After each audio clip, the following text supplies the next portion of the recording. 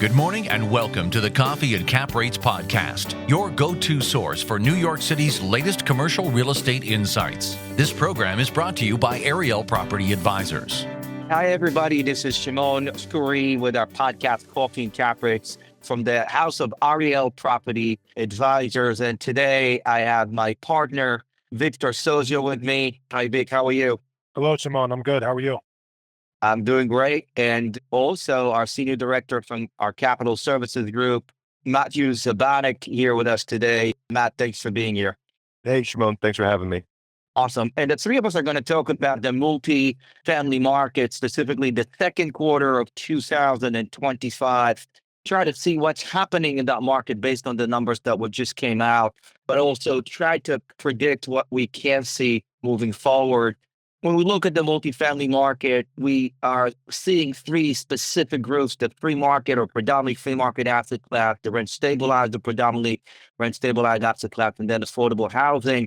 The free market world has done extremely well in the past 6 months, not just in the past quarter. We've seen some recapitalizations of new buildings. We've seen Taconic bringing in Eris on a deal in Health Kitchen. We've seen Steiner doing a deal to buy out their partner in Scamerhorn and Brooklyn, also a brand new deal.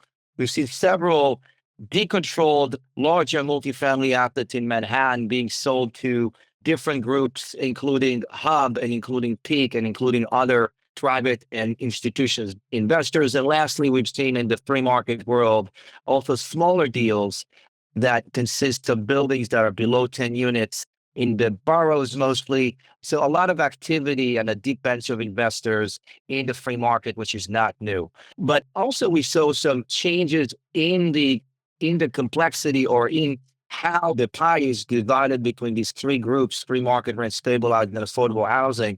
And Vic, I think you had a great mention when we discussed this before. Why don't you take it away and tell us a little bit about what we're seeing there? Sure.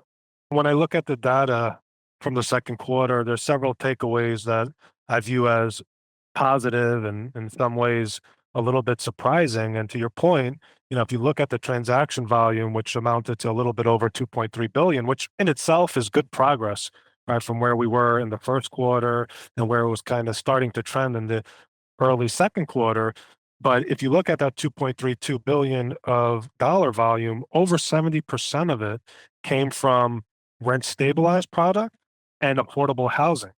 So that is a big change from really the previous 7 quarters.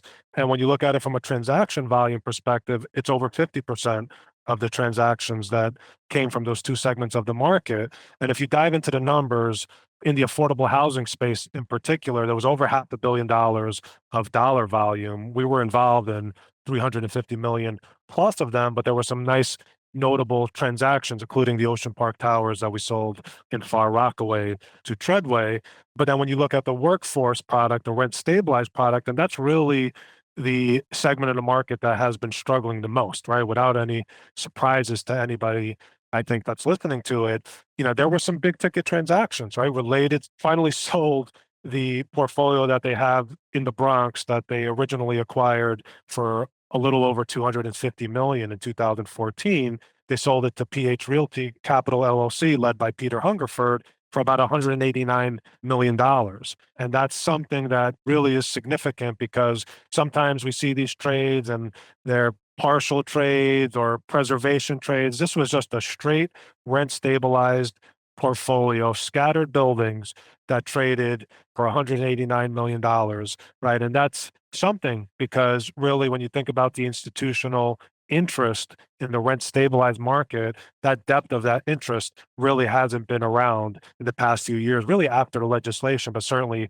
once interest rates came up. And then on the affordable side, we mentioned some of the ones that we were a part of, but Camber also sold to Phoenix their property in the Bronx, which is 2 Mitchell-Lama properties, which really amounted to a premium above the debt type of situation. And then you have one interesting transaction where Camber was also involved, but this time on the buy side, where they actually purchased a 421A building on Atlantic Avenue for $69 million. So that was a nice chunk of the dollar volume with plans to really net lease it to a nonprofit tenant. So some really good takeaways. We hope this momentum continues into the third and fourth quarter, even in spite of some headwinds that we can talk about later. Just one other thing I want to mention. I don't think, and Shimon, I'm curious if you agree or not, I don't think this increase in transaction activity really is a function of values getting better for the sellers. I think it's more a function of the bid-ask spread tightening and buyers and sellers meeting on price, really because more so the seller motivations have increased, I think, over the last quarter or two. Yeah, I think that you're hitting on some very good points, and I agree with your statement here. I do think that this free market world is relatively consistent in terms of buyers and sellers, and in terms of pricing. I would say the free market world has started to increase in value over the past 12 months. It's still well below peak, but the rent stabilized asset class specifically hasn't shown any movement in pricing. But exactly like you said it, those that need to sell, and there are two types of them, as we all know. It's those that have mortgage maturities on the one hand, or those that make strategic decisions to sell on the rent stabilized asset class, but we haven't seen price increases. And in the affordable world, as you well know and indicated, Vic, it's all about the nuances. It's all about the accretive debt, if it exists, or the different programs that go there. And these, between the affordable and the rent stabilized, we're not seeing the consistency we're seeing in terms of transactions. It's a little bit more sporadic over the quarters, but I agree with you on the pricing comment. And one other thing that goes hand in hand in that is financing. We've seen some loosening up in interest rate over the past few weeks, I would say. And Matt, if you can touch on financing for the different types of multifamily asset classes, that would be fantastic. So our listeners could get an idea about how that shifted in the past quarter, or even the past 6 months, and what to expect moving forward. Yeah, Shimon, that's a great point. And I think there's a few things to unpack there. I would say the first is not only have we seen treasuries come down, we've also seen spreads starting to narrow. A year plus ago, what used to be an average of 200 to 275 basis points over for the bank community, we're now seeing spreads in the 150 to 200 range fairly consistently. I just got a term sheet on a multifamily deal yesterday at 5.5% from a balance sheet lender.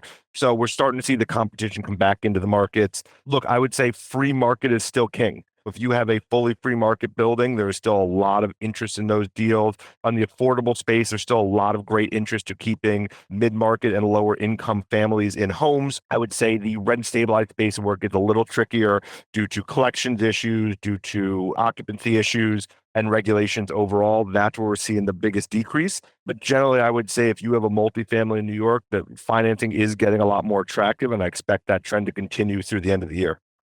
That's great. Thank you so much, Matt. And Vic, let's wrap this up. And you and I are seeing a lot of pipeline coming in the form of asset evaluations, tremendous amount of new assignments too, specifically in the multifamily asset class.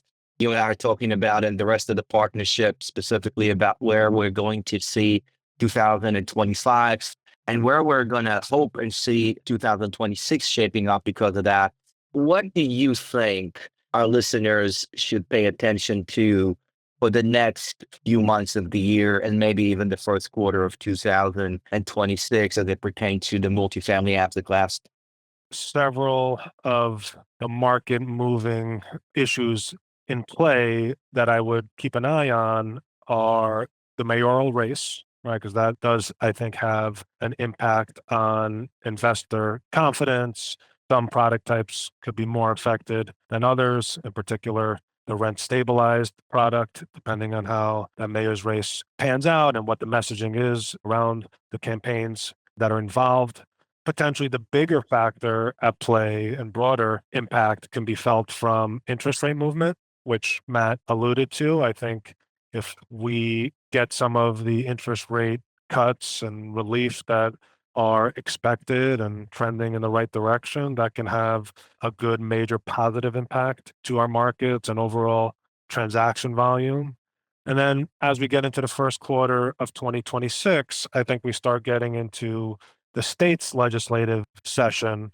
And I'm cautiously optimistic about it because I think this legislative session that passed this year in June it didn't amount to anything super meaningful coming from it, at least from my perspective. But at the same time, there were certain measures proposed that didn't go through, but might end up being revisited in the next legislative session in the first and second quarter of 2026. In particular, potential mechanisms to give relief to workforce housing, maybe loosen up some of the challenges in the insurance world and affordable housing world as well. So I would say that as we get into 2026, that's something I'll be keeping an eye on.